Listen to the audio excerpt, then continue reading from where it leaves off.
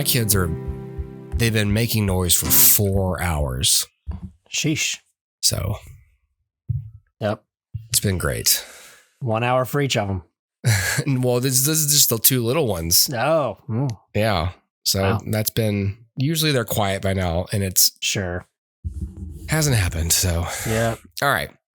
Hello, Dustin.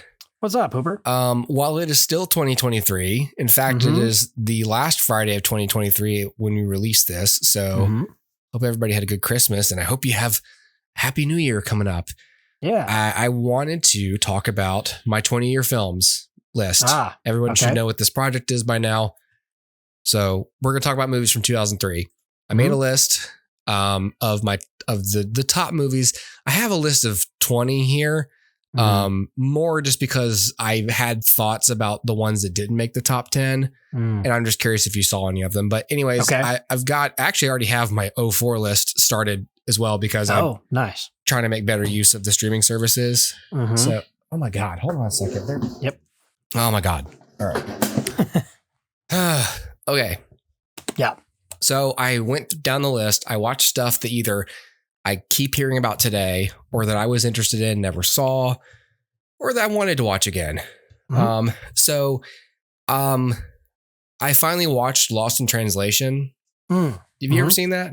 No, I have not.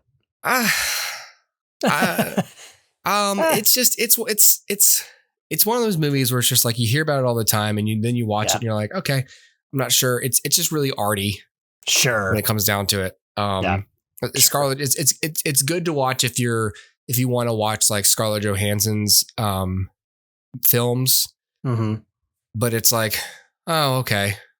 Yeah. Not sure what I'm supposed to feel about this. I thought more would happen. Sure. Anyway. All right. Number 19, School of Rock. Hey, I love School of Rock. It's fun, but it doesn't really make any sense. No. At all. It's fun, but it's one of those like, okay, it's a very 2000s movie. Yes, it is. It's just a Jack Black showcase. Yep. And he's great in it, but it's like, okay, cool. All right. Yep. All right. Secondhand Lions is number 18. Hey, that's a good movie. It is a good movie. It was one of those where on a rewatch, it wasn't a standout. It was like good movie. Yep. But like, all right. It's more fun when you're a kid. I think as an adult watching it, I was like, I'm not as in all of this. I just think it's fun and nice and sweet. Yeah. Yeah. I remember very little of it, but I remember liking it when it came out and thinking like, oh, this is totally solid. And over the years, just coming back to it, thinking like, this is a really solid movie. And I think I've watched it once or twice since then. Yeah. But even though I've seen it a few times, I don't really remember much about it. It's fun just watching two old guys be two old guys. And Michael Caine, who I have famously said is not good at doing American accents. Yeah. Does a really good American accent in this movie. Good. He's glad to know that holds up. It does. It does hold up. So number 17. I sort of hate that I put it above Secondhand Lions, but I'm just trying to be honest. The Matrix Reloaded. Oh, okay. I still enjoy The Matrix Reloaded. It's where everything goes off the rails in a lot of ways for people. Is that the second one or the third one? That's the second one. Okay. I just think Reloaded's fun. There's all these, there's some really cool fights. There's other fun Matrix stuff. Yeah. It's exciting. It ends. And then, the third one is what it is. Yeah. But I like The Matrix Reloaded. I can't get behind any Matrix but the first one. Yeah. There's really no point. It's a slippery slope. If you want to watch the series, it's like, all right, well, let's meet the other ship captains and let's see what Zion is like. And it's like, oh, it's like a rave or something. You want, yeah. Number 16, Legally Blonde 2, Red, White, and Blonde. I have not seen this. So Legally Blonde, I enjoyed. And so then we watched the second one. And these are good for what they are. There's a fun joke in the movie where like she and this congressman, that she's trying to like get to change his position on something. He's like a very Southern conservative. I think it is played by Bruce McGill, So he's a very like Southern conservative, buttoned up guy. Like, and they're both at the vet at the same time. And the woman's like, your dogs, have like taken a liking to each other. And it's like this back and forth, like, what do you mean? And then she finally goes, your dogs are gay. And for some reason that joke just sent me over the edge. Yeah. It's an entertaining film with a very simple plot. Elle Woods goes to work in Washington, DC, for a congressperson. Yep. And it manages to inject enough cynicism about Washington to feel believable as a story world. It's not like, boo, boo, let's write some bills. It's like everyone's stabbing each other in their back over here. Like no one's genuine. Yeah. And a character like Elle Woods is very genuine. And so it's a really good conflict for, an honest optimist like she is. Sure. She's a colorful character with a flat arc who continues to make change in her stories by appealing to the humanity of her colleagues and maintaining high moral standards. That's what makes it fun to watch. Obviously, Reese Witherspoon is fun, but I watched it and I was like, I don't know. That's just one of those 2000s kind of feel good movies. Sure. And it feels believable enough with the tone to strike. Even though I saw the first one, I didn't see the second one. I think last I heard, Mindy Kaling was working on a third one, but I maybe that's petered out by now. I'd watch another one if they made it.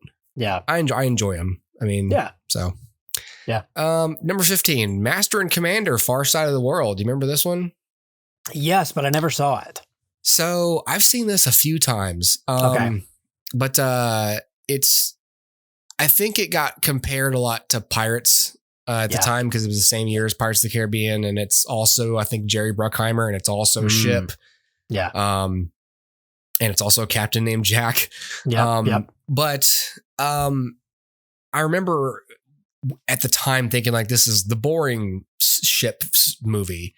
This is, we're just going to be a lot more atmospheric and a lot less excitement. There's excitement, but there's not as much adventure. But this is a movie about ego, duty, leadership, and choices. It was also supposed to be a franchise setup. That's why it's called Master and Commander: Far Side of the World. They were supposed to be Master and Commander, the ship's feet, or whatever the next book feet. The next book would be, because this was a FEAT or FEET. Those are two different things. FEET. The ships. The captain's feet now. They're walking. They've evolved. Oh man. So this was supposed to be a franchise because this is a book series. The Captain Jack Aubrey is a character in a book series. And so of course it was a failed franchise setup. This did not get off the ground. Impressive nonetheless. I would say I didn't really care about anyone. The realism is here in this movie. It's very well executed as feeling authentic and real to the period and to the that's all. The production design and all of that stuff is really good. Just the drama for me is not there. But at the same time, when you look at it as a story about friendship, Paul Bettany and Russell Crowe are really great. Paul Bettany's like the ship's doctor, and they each have their interests. Russell Crowe is like this daring captain, and he really wants to like chase down this Spanish ship that's getting the best of them, and it keeps like almost killing everybody. And he's like, how do we best them? And Paul Bettany's like, my God, like we're gonna die. Like people are getting shot. Like he has to operate on himself at one point. That was a cool scene. And Paul Bettany like really likes animals, and so like when they stop at these islands, he's like, I'd really love to study these animals. We've never seen them before. And he's like, we're gonna lose time getting the ship or whatever. And it's like, but this is an important scientific discovery. It's, so like friends, they have their interests, and sometimes those interests can't coexist, but they both end up sacrificing for each other at certain times. Like when the doctor is shot, Captain Jack gives up his shot at the ship to go ashore and help save his friend. Instead of letting him die in order to pursue the ship. Yeah. While recovering from surgery, the doctor goes on a walk and discovers animals, happens across the ship, and on the way back to warn the crew, drops the cages in order to move faster and get back and warn them quicker. So then the captain uses one of the new animals' discovered disguise abilities as an idea to take the other ship. So it's just a fun. There are some fun narrative things there that are good and make sense. So it's an interesting movie. I think it's worth watching. It's just like, oh, okay, you know. Yeah. But you don't have to pee, do you? Oh man, you do have to pee. All right. The Recruit with Al Pacino and Colin Farrell was an old favorite of mine. It's fun, even during the third act, which kind of jumps the shark. Yeah, it's an old favorite of mine. I used to own it. I watched it all the time. Just one of those things I just watched all the time. And you know, rewatching it, I was like, I remember what I liked about this, but there's nothing like that it does where you're like, oh, cool, like that has lasting impact. Sure. So now number 13, Phone Booth, also Colin Farrell. I like a lot more, although only apparently one notch more. But this is one where Colin Farrell. I think that's what happened. He's stuck in a phone booth because there's a sniper. I think I did an episode on this actually a few weeks ago or whenever I ended up watching it. So people can go back and listen to that. But yeah. Is this a Richard Donner movie? Why was I thinking it was a Richard Donner movie? It's not. No. Okay. Simple, clear stakes. There's a sniper. That's why I can't leave the booth. And and there's only like a couple ways I can get out of this situation, but not many and no painless ones. And the main attraction of the movie is Colin Farrell's performance. If you never saw Phone Booth, he's just really good in it. He's great. Sweet. Oh, wow. It's Joel Schumacher. Yes. Okay. That's what it is. Yes, that's right. Wow. Interestingly, number 12, also starring Colin Farrell, SWAT. Wow. Yeah. He had a year, didn't he? He had a year. SWAT is a fun movie. Another one I used to watch all the time. Just fun. Samuel L. Jackson, Colin Farrell, LL Cool J's in this movie. Michelle Rodriguez is in this movie. Jeremy Renner. This is the first thing I saw him in. He's like the bad guy. And I just remember thinking it was really cool. There's all this fun, cool police gear and everyone's so cool and they're in shape and they're like, you know, kicking ass and rappelling down things. And shooting each other with paint guns for their little like test or whatever. And the chief is a dick, but it doesn't matter because they're too good and he has to pass them. It's cool. And then like they're transporting this prisoner who offers like $1 million for someone to like kidnap him from custody while they transport him. And like these criminals put together this plan extremely fast because like it happens like that day and there's all these facets to it. It's like, now we're gonna go through the old subway tunnels and now we're going to do this and have a plane waiting. It's like, man, y'all really organized. So it's interesting. They're interviewing cops to join the SWAT team. And at one point they're talking to this guy and Samuel L. Jackson's like, what do you want on your hot dog? He's like, I'll get like a regular hot dog. And then he's like, well, I'll have a soy dog on wheat bread. And they get in the car and he just kind of waves to the guy and he's like, how the hell can I trust a guy who won't eat a good old fashioned American hot dog? I was like, hey man, that's not cool to say now. Like you can't say, they completely refuse to consider him because he's a vegetarian beta male. Wow. It's like, wow. Well, I will have a soy dog. And Sam Jackson's giving him a look like, motherfucker. I lost all respect for you as a man. Just like, this was all good, but you're not going to eat beef? Yeah. Anyway. Wow. Yeah. And I also thought it was funny that this many criminals were watching the news to see this man announce, like, I'll give $1 million to whoever gets me out of here. Like, they're just sitting around watching the news. They're not watching like in empty warehouses and stuff, like their hideouts, like where they do criminal stuff. Their headquarters. They're just watching the 5 o'clock news. They're not doing that. No, they're not doing that. Come on. No. Okay. It's a really entertaining movie, hands down. I think it's good. So I think SWAT's worth it. Number 11, Too Fast, Too Furious. I didn't write any notes down on this one. I just think this is still when this series has always been ridiculous.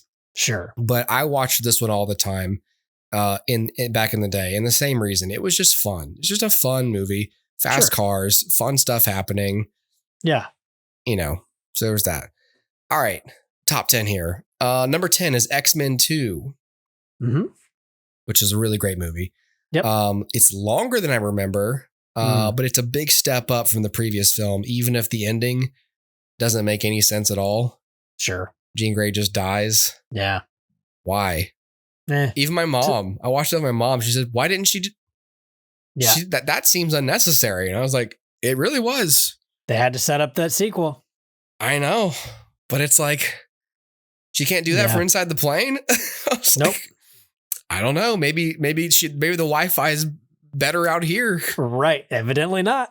The Ji-Fi, the Jean Grey-Fi. Yes.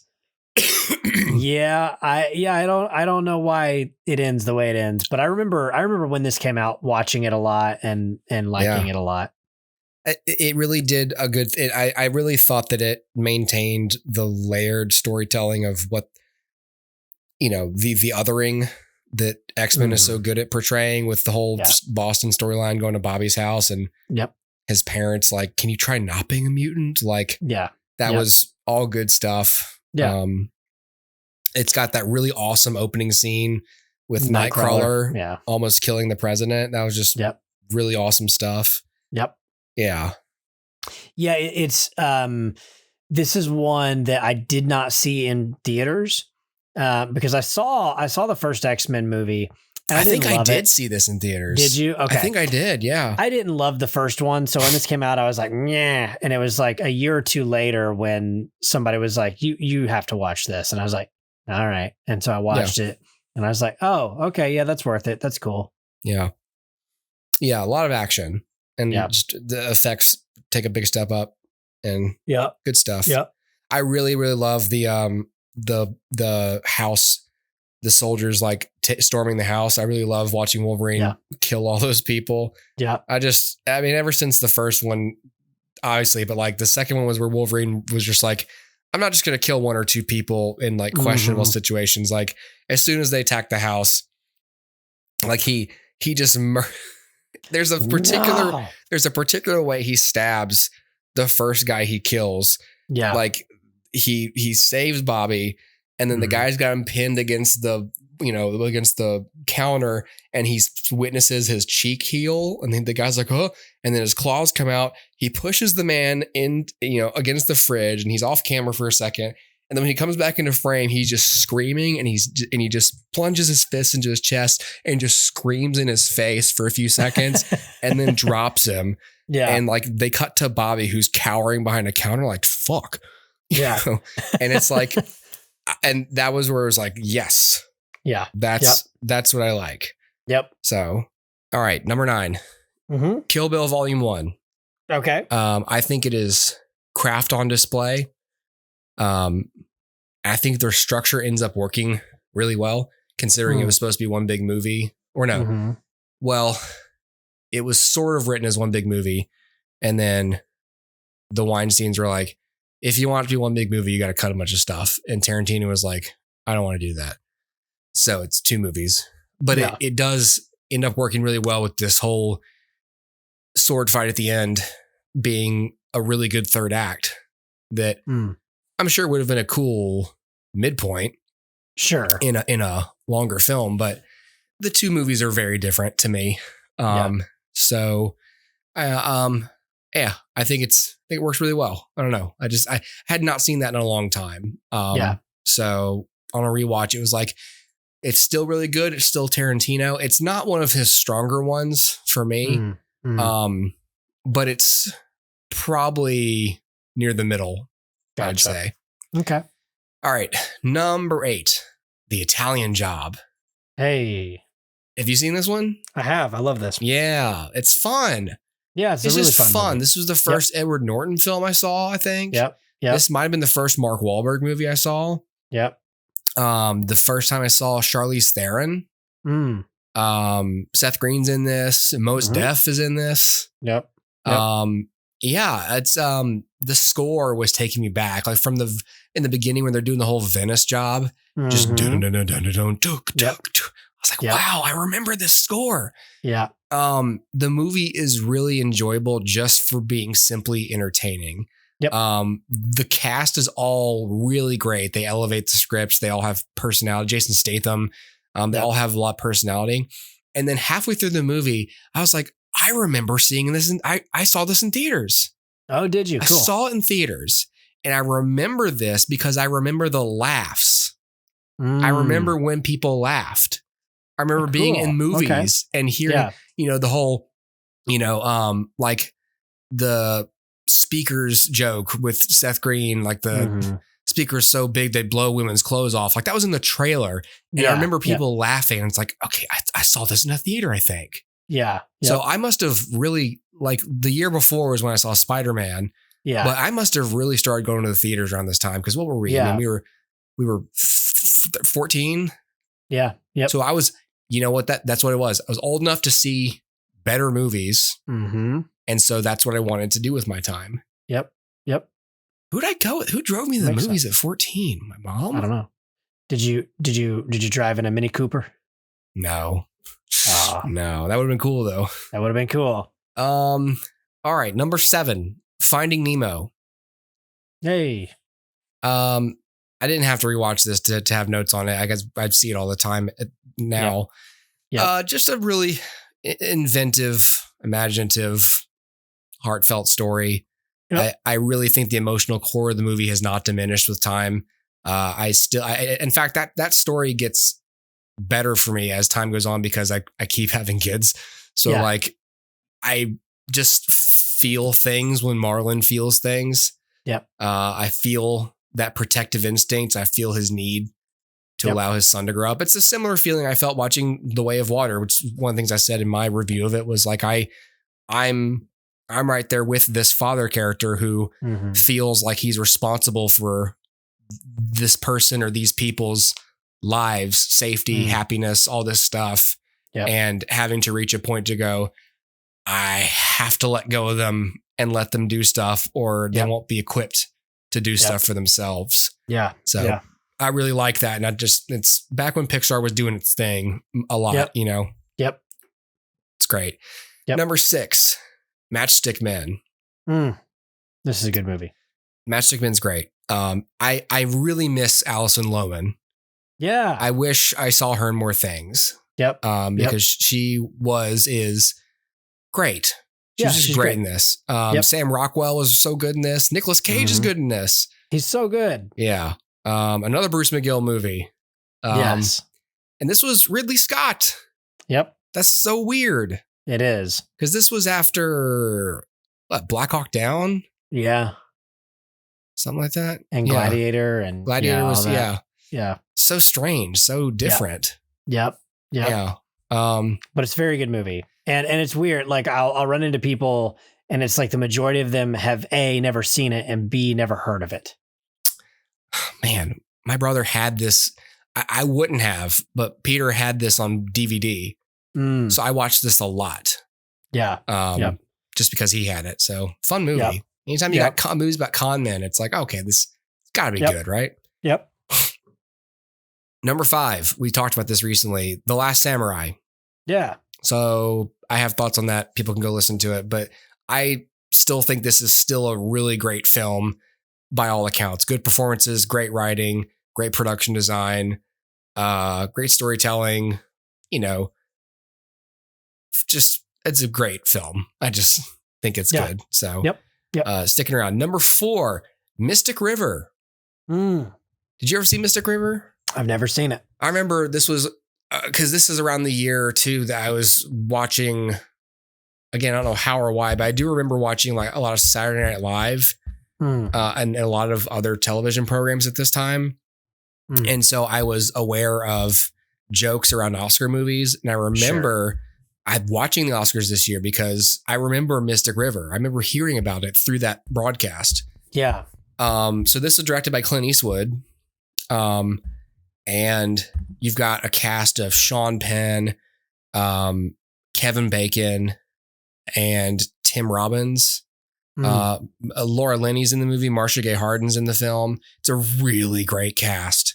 And it's like in Boston or whatever in that area. And like these three friends, and it's based on a, no, it's not. But it's these three friends who, they grow up, and, Sean Penn's like used to be like kind of this criminal guy. He's still got these criminal connections, but he's kind of on the straight and narrow. And then Kevin Bacon grew up to be a cop, and Tim Robbins grew up to be this other guy. And it's just Sean Penn's daughter is murdered at the beginning of the movie. And so he's trying to figure out what's going on. And then he sort of starts to suspect that his friend might have been involved. And it's really well done. It's emotional. It's atmospheric. It's very dreadful, which I love. Yeah. I love watching just dreadful things happen. I spent a lot of the movie just dreading some inevitable confrontations. And that's what I like. I like going, oh no, just for 2 hours. Yeah. Considering that, it's a great cast of people. So I, just off the top of my head, I'd put this among Clint Eastwood's best. I loved Mystic River. Yeah. Number 3, though, is Runaway Jury. This is such a fun movie. I have not seen this in a long time. Oh, man. I love Runaway Jury. I think it's just such an exciting film. It's so fast paced. And again, you're building it off a John Grisham book. And so you got this great story already, and this issue of gun control and all this stuff and all these emotional elements to it. But then you have all the fun of how a jury works. And then I think one reason the movie works so well is obviously John Cusack is great and Rachel Weisz is great, but it's helped a lot by Gene Hackman and Dustin Hoffman being the two counsels, because this character that Gene Hackman plays, Rankin Fitch, is like, he's just supposed to be this infamous like jury manipulator guy. Actually, he's not even he's not even counsel. He's the guy that the defense, the gun company, is paying to fuck with the jury and get them their verdict. And so he's in this room with all these cameras. He's like, bounce him, Mr. Cable. Like, he's not and it's just, he's just so good. He's such a piece of shit evil guy. It's so good. It's like, it's quintessential Gene Hackman. It's amazing. So I love Runaway Jury. It's not only like a fun watch. It's like, man, that's just good film. Yep. I saw it when it came out. I don't think I've seen it since. I need to revisit that. I remember really liking it. It is so much fun. Yeah. It's just a fun movie. All right. Number 2. This was hard at this point, but number 2 is Pirates of the Caribbean, Curse of the Black Pearl. Okay. It was a very close second. Only because it's not as emotional as our number 1. But from the very first scene, the movie does everything. Everyone's great in this. On this watch, I especially noticed Keira Knightley and how perfectly she plays every beat. She's so precise. And I really didn't pay that much attention to that. When I saw this originally, I was like, oh, Captain Jack's so funny, and Will's so valiant or whatever. And oh, the girl is hot, but but her performance is so well timed. Like, every scene I'm watching her and I'm like, holy crap. Like, because sometimes you can go back and rewatch stuff and go, oh, that was kind of a flat scene for her. Maybe she wasn't given much to do, but like, she's doing something every single second. She's just dialed in. There's obviously a class element at play that I'm picking up on. Everyone's aversion to taking Will seriously. That I'm just noticing on this watch, like, other than like, oh, it's fun and let's follow the plot. But it's compounded by the idea that no one realizes that Will is competent and skilled, because his master gets all the credit for making the swords. He gets all the credit for, like he gets the credit for stopping Jack. He's just this old drunk. He doesn't do anything.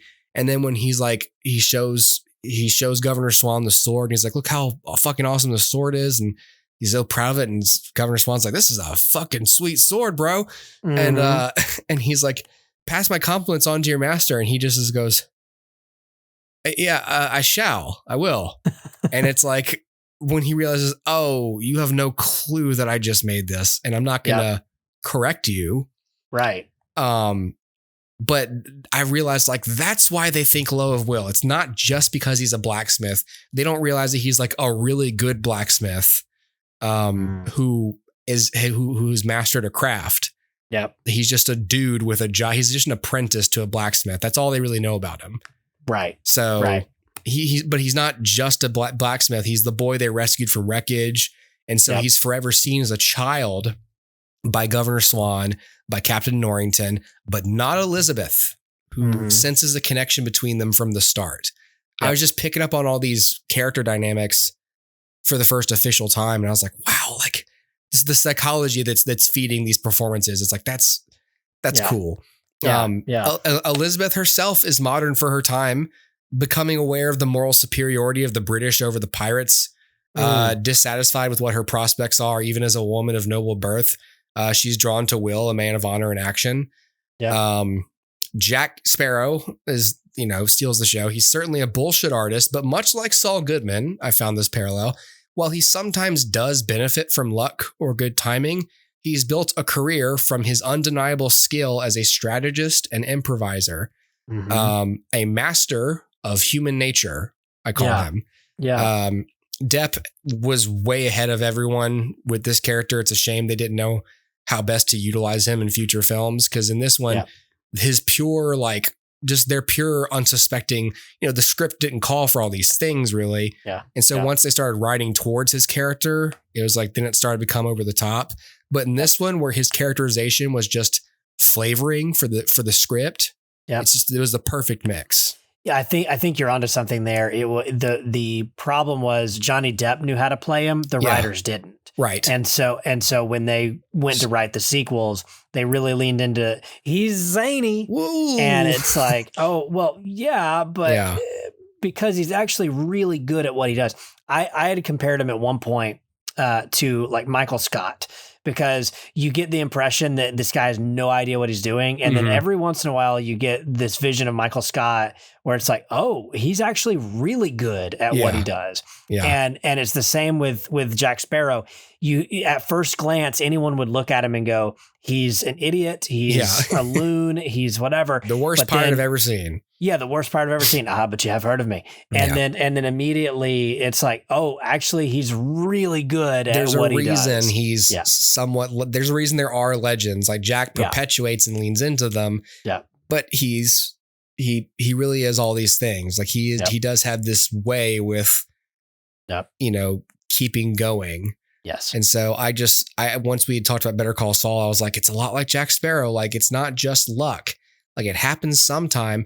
But it's like there are people, and I've read about this, like there are people who have like a sociopathic ability and a need to constantly just improvise their way through life.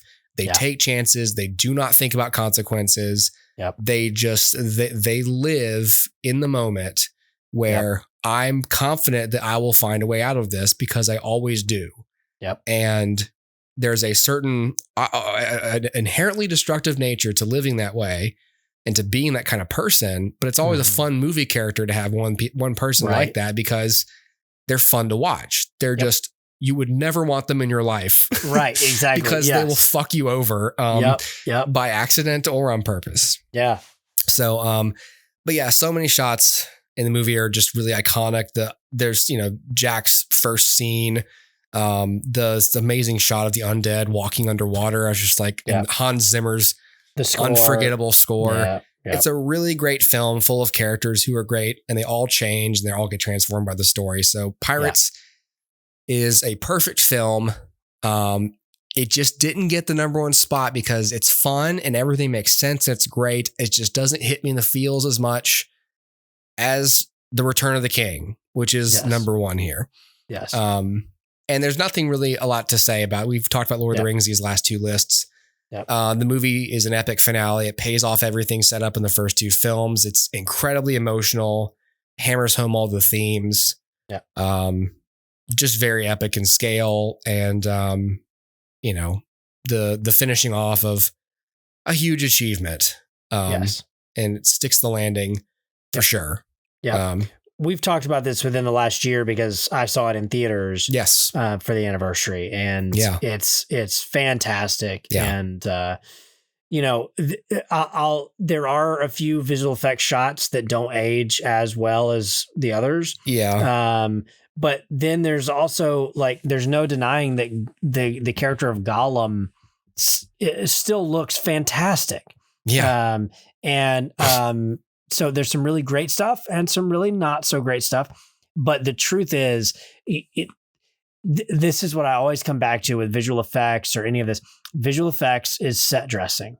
Mm-hmm. The thing is, I can excuse poor visual effects if the story has sucked me in. Yeah. And in this case, I'd like to point out in 2003, there were no bad effects in this film.